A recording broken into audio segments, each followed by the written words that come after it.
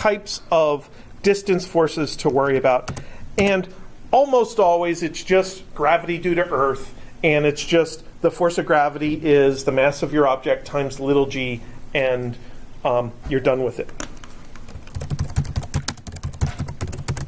Now for contact forces, we actually have a larger variety of contact forces.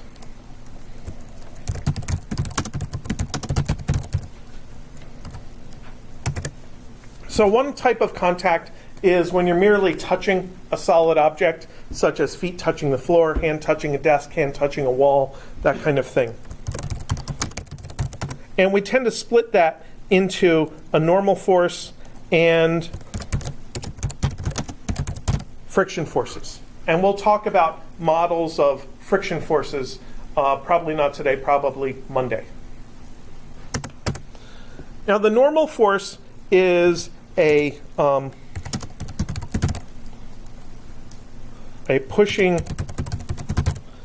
constraint force. A constraint force is a special kind of force. It means that that force adjusts itself to be however strong it needs to be. So this table provides a contact force to my hand. It prevents my hand from going into the table. If I put my hand into a bucket of water instead, the water does not provide a normal force. My hand will go into the water. But for a solid table, my hand stops right here. That's a constraint force. And that constraint force can be very gentle, or it can be very strong if I lean on the desk. So the table is able to adjust the amount of force it provides depending on how hard I push on the table. This was actually a really big deal to me when I learned about it, because I thought of tables as pretty dumb, and the idea that a solid inanimate object changes the amount of force that it gives depending on what I do to the object just struck me as weird. But that's the nature of constraint forces. Now when you go to take differential equations, you'll talk about differential equations under constraints and methods of dealing with constraints in a purely mathematical context.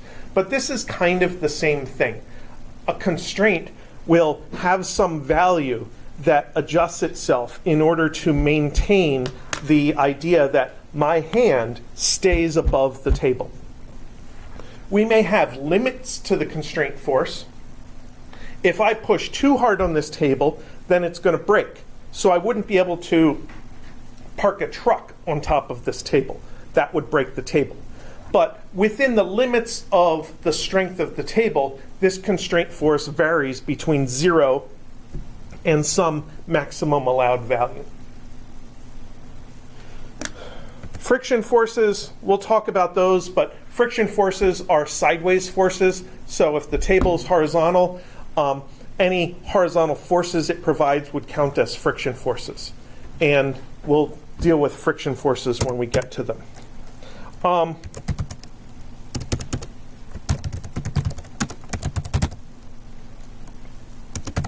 We have the possibility of tension forces.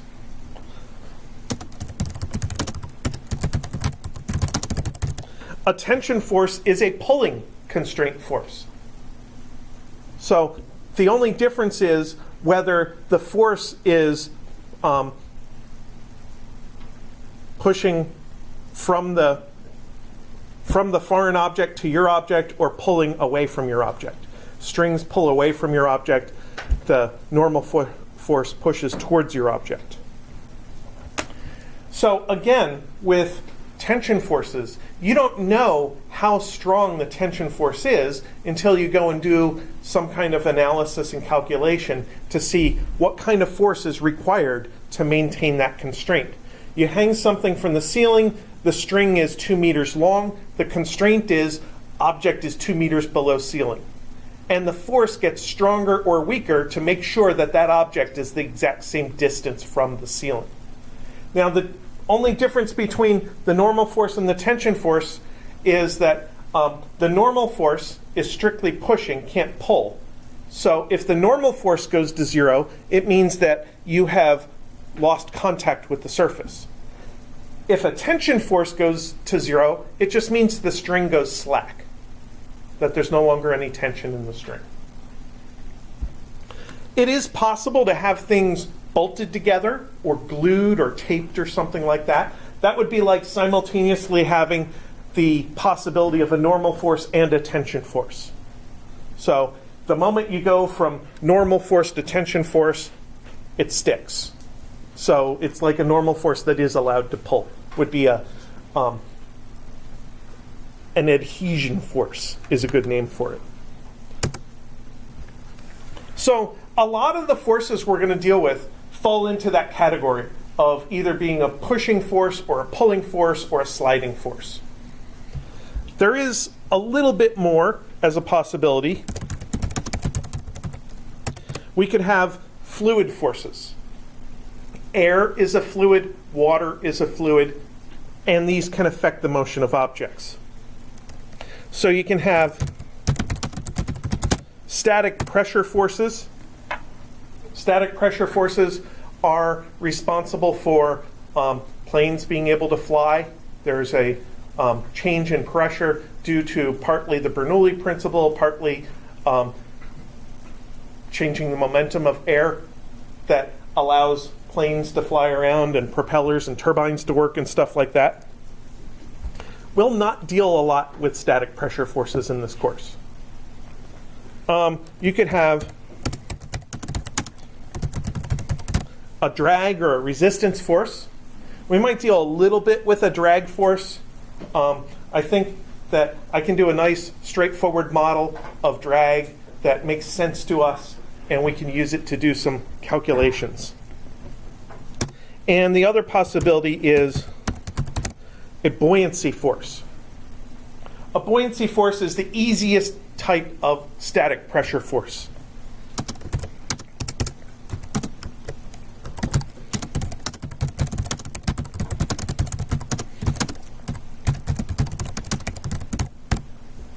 Buoyancy is a force you feel when you're immersed in a fluid.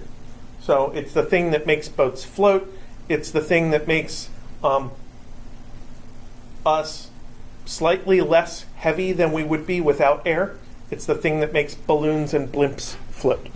You do have a lab about buoyancy this semester, and we'll do calculations and stuff about buoyancy this semester. So that is something that we'll study. But for the most part, you'll know when fluid forces are actually relevant because it'll be a big part of the description of the scenario. We tend to ignore air resistance, and there are two mathematical models of resistance that work under different conditions, and we'll probably talk about them briefly at some point in a week or so. So for most analyses, it comes down to gravity and things touching your object. And for gravity, you just got to remember to do it every time. And for things touching your object, you just have to think about the scenario, envision it, or draw it, and then go around your object and say, what is touching my object? There should be a force due to that. There should be a force due to that. And that will pretty much let you list all of the forces and create your free body diagram so that you can go into analysis afterwards. So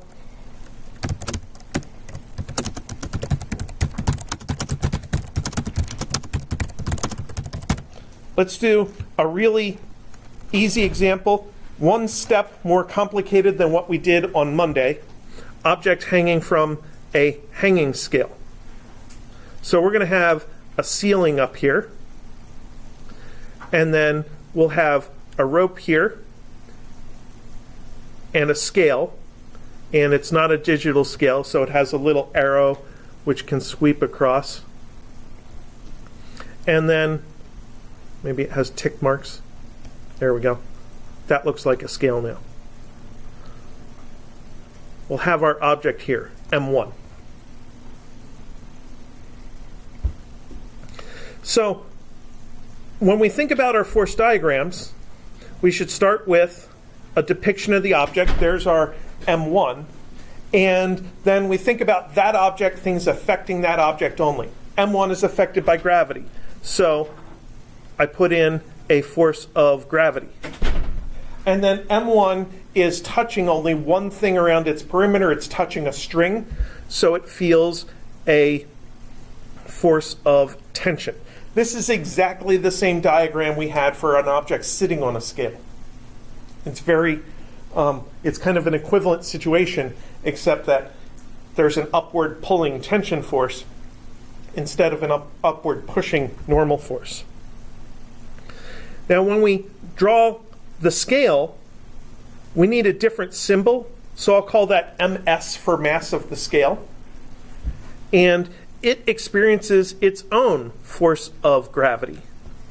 Now we have a problem. I have now used the same symbol, F subscript G, for two different things in the same analysis. That's not a good idea. I should distinguish them from each other. So I'm going to call this FG1 and this one FGS. Hopefully this system makes sense. Now I have to work my eyes around the scale and say, what is touching the scale? The scale is touching two strings. So the scale is going to feel an upward Ft and a downward Ft. Now I have the same problem I had with gravity. I have two different tension forces, so I should distinguish them from each other. So I'll call this one string 1 and call this one string 2. So this Ft is Ft1, this is Ft1, and this is Ft2.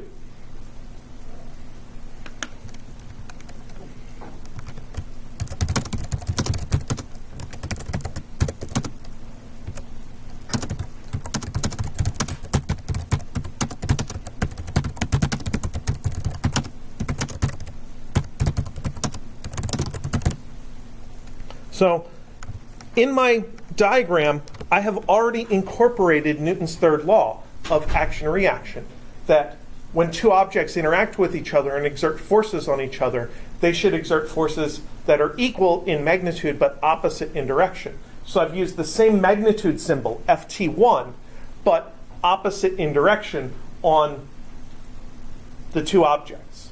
So that is applying Newton's third law to this diagram. So at this point, I can use my diagrams to build my F net equals MA.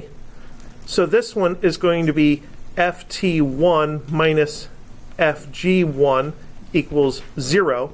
This one's going to be Ft2 minus Ft1 minus Fgs equals 0.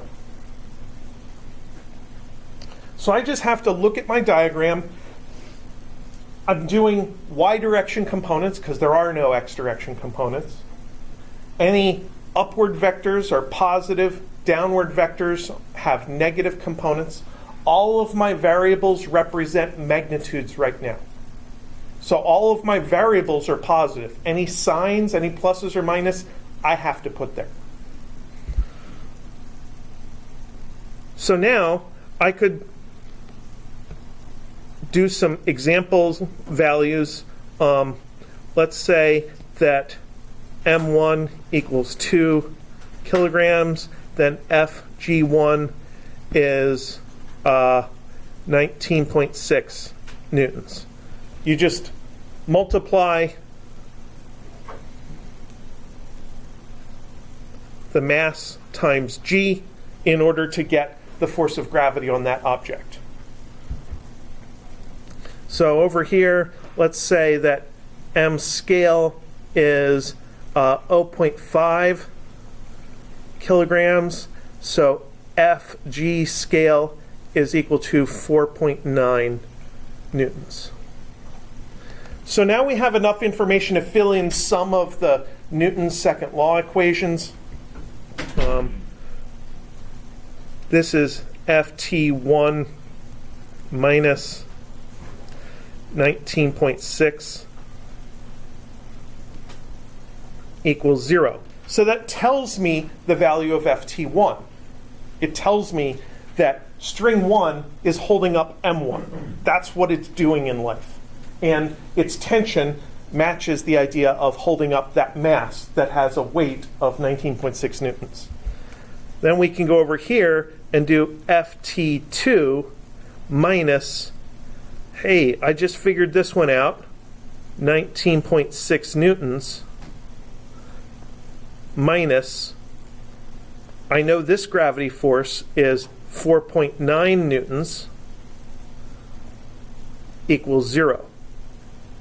So this is what tells me that Ft2 is equal to 24.5 newtons.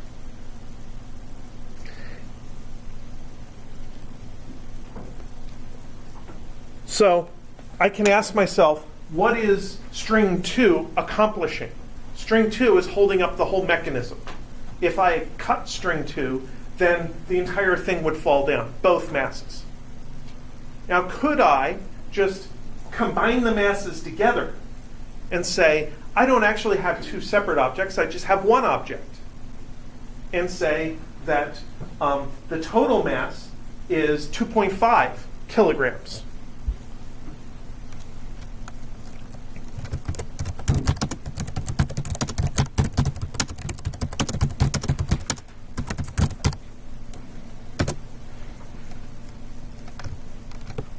So then I can say that M total is 2.5 kilograms and Fg total is 2.5 times 9.8 is equal to 24.5 newtons.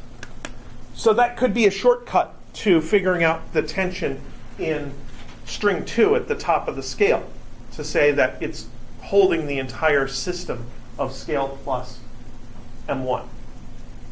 And we'll do that very frequently. In fact, everything is made of parts. We're made of molecules. Molecules are made of atoms. Atoms are made out of protons, neutrons, and electrons. Protons and neutrons are made out of quarks. All of these things have masses that add up to the total mass of a person, or total mass of a block or a table or something like that. So it's almost always valid to combine your parts together into one overall system. Now, so far these examples have been static, so our object is not moved.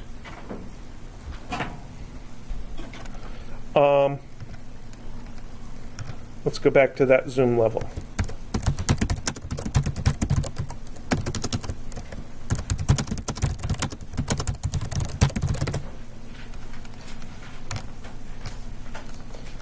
So let's actually, I'm going to go to a new page 2.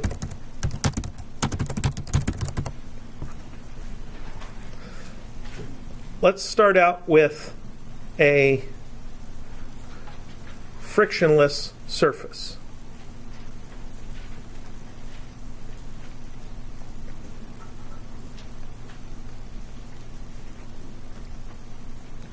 And we'll put our M1 there, and we'll apply a, I like to call it F sub P for force of pulling or for force of person. So that could be either a person pushing on the back of the object or a person pulling on the front of the object. So then, in this diagram, we would have our M1, our force of gravity, our force normal from the surface, and our force of pulling.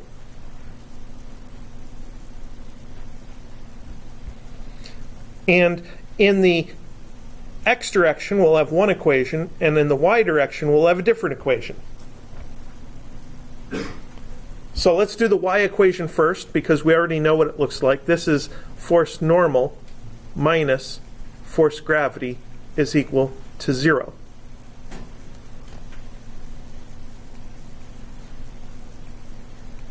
And that 0 is the constraint of our object being on the floor. Its y value is constant. If its y value is constant, its y velocity is 0. If its y velocity is always 0, its y acceleration is 0. That's why I can put a 0 there. In the x direction, I just get force of pulling is equal to m1a sub x.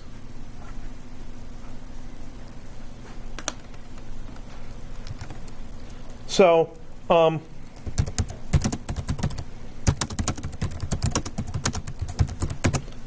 the result of that pulling is acceleration. A sub x is equal to force pulling over m1. So if force pulling is equal to, let's go with 5 newtons, and m1 is equal to 2 kilograms, we would get A sub x is equal to 2.5 meters per second squared. Straightforward. Hopefully that makes sense. That is the F equals ma without too many details messing things up. It's a force, it's a mass, we divide them, we get the acceleration. If we applied the exact same force to more mass, we would get less acceleration. If that mass was gargantuous, if it was like 10 to the 20th, then our resulting acceleration would be virtually 0. On the other hand, if that same force was applied to a very tiny mass, then we could very quickly get some acceleration of that object.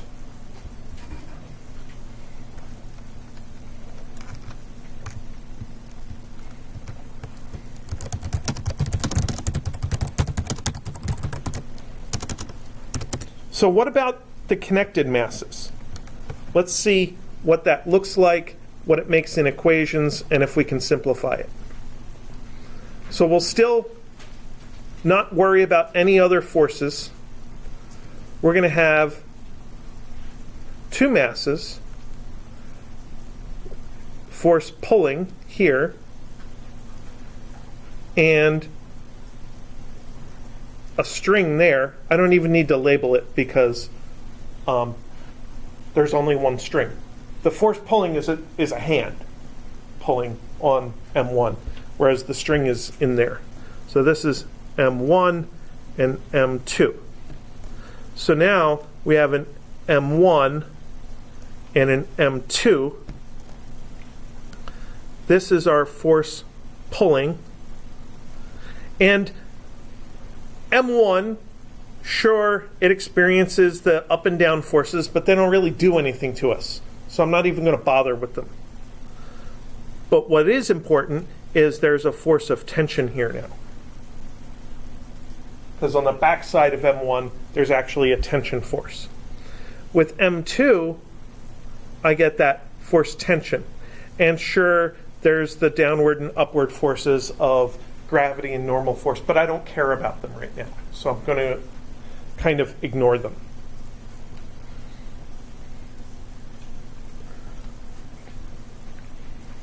So as I build my equations, the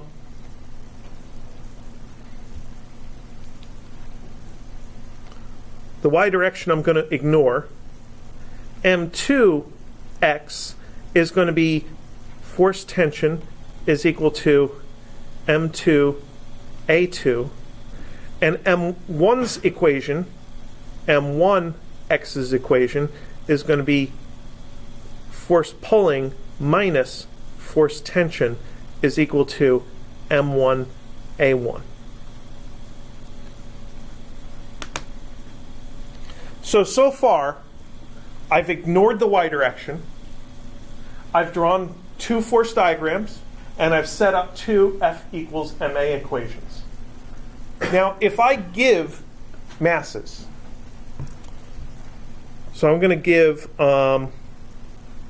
force pulling equals 5, M1 equals 2, and M2 equals 0.5 kilograms.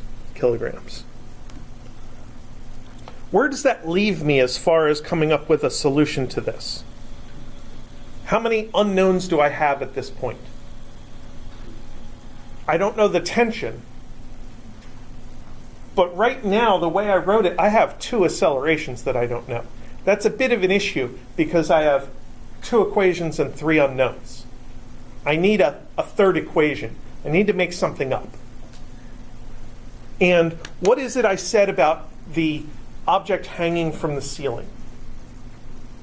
If that string is 2 meters long, then that object is always 2 meters from the ceiling. Well, this string is connecting 2 masses. That means that x1 minus x2 is constant. If I take the derivative of that, so let's write this down. x1 minus x2 is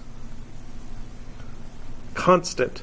That means v1 minus v2 is equal to 0. Because the derivative of x1 is v1, the derivative of x2 is v2, and the derivative of a constant is 0. So that means that v1 equals v2, which means a1 equals a2. There's my magic third equation. That's what strings do for us.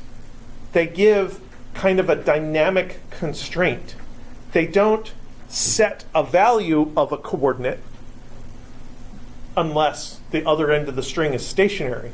But they do set a relationship between coordinates. And the next step is they set a relationship between velocities. That string makes the 2 velocities equal to each other. As long as it's in tension, because you can't push a rope, which makes the 2 accelerations equal to each other. So now my 2 equations look like this.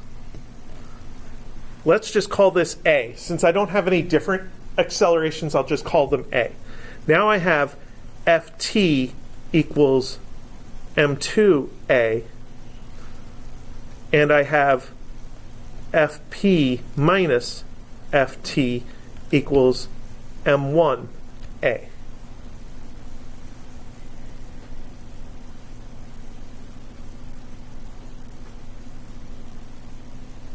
So now I have 2 equations and 2 unknowns. Now I can solve it.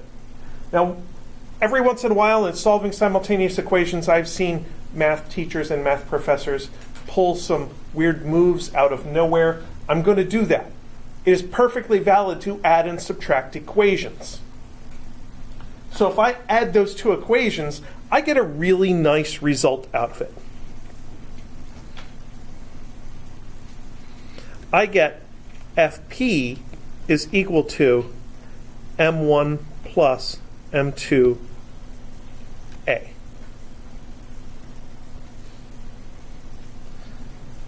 So again, we had m2 connected by a string to m1 with Fp out front.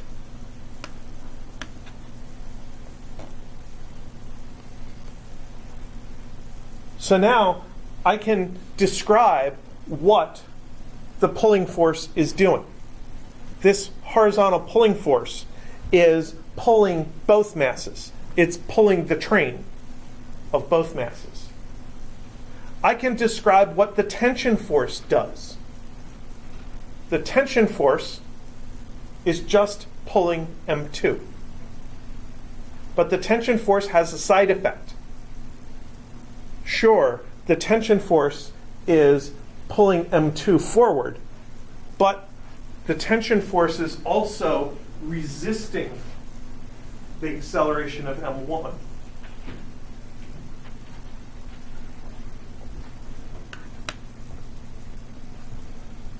So that tension force, that internal force between our 2 objects, serves as the constraint, sets the 2 accelerations equal to each other, and it also transfers some of the force of pulling from one object to the next. So it allows M2 to actually accelerate. And if we plug in the math, this was Fp is 5 newtons.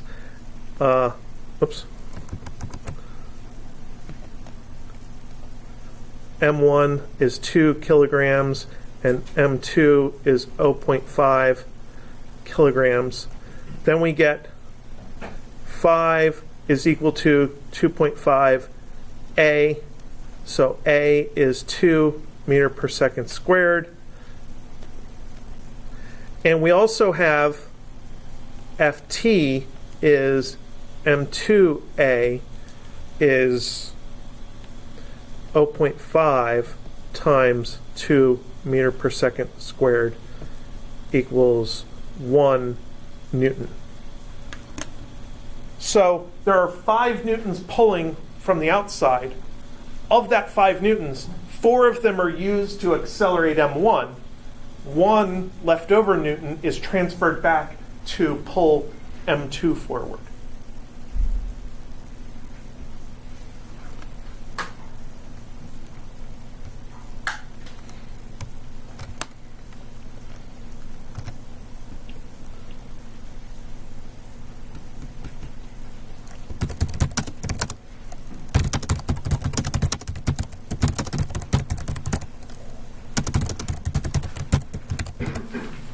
So, one more complication to think about. I think one of your homework problems is going to deal with this. What if we have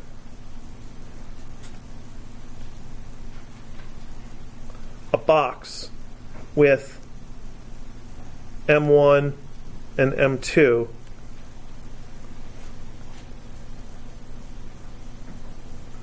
hanging from the ceiling, and the whole thing is accelerating upward with A.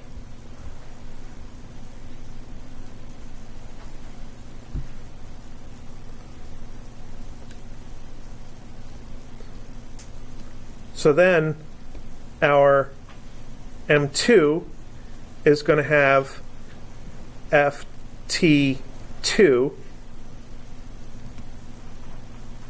Since I have 2 ropes in this example, I need to call them rope 1 and rope 2.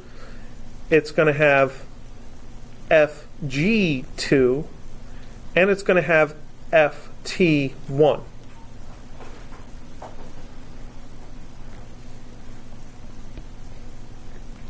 M1, the lower mass, has gravity, Fg1, and mass 1 is touching rope 1, Ft1.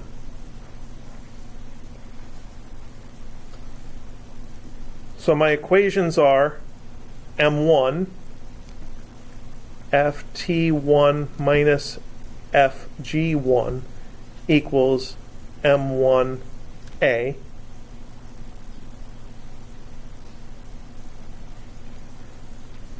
M2 is Ft2 minus Ft1 minus Fg2 equals M2A.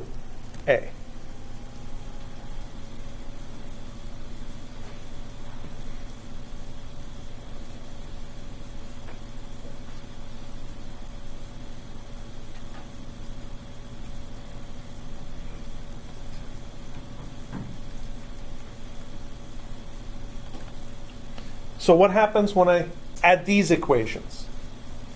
This is going to be Ft2 minus Fg1 minus Fg2 equals M1 plus M2A.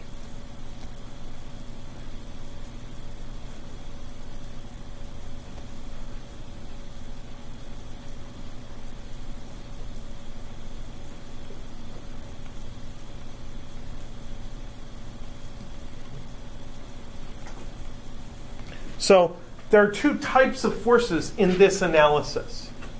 In this analysis, string 2 is not one of our masses.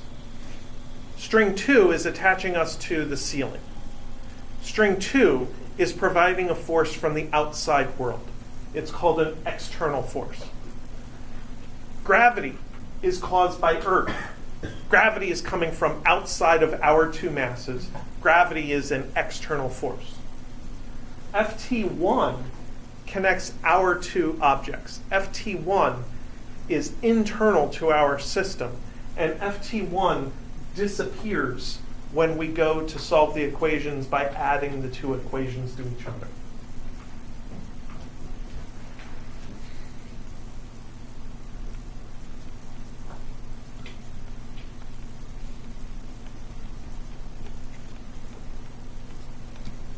And that is going to happen whenever we try to analyze a system of several objects.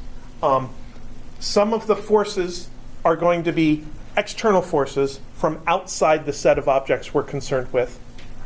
And some of the forces will be internal forces. And we'll try to figure out which ones are the external forces. And those are the only ones that affect the total mass, like this. And then the internal forces are present in order to keep our system together. And if we want to figure out the internal forces, we have to go back to the previous equations and worry about those.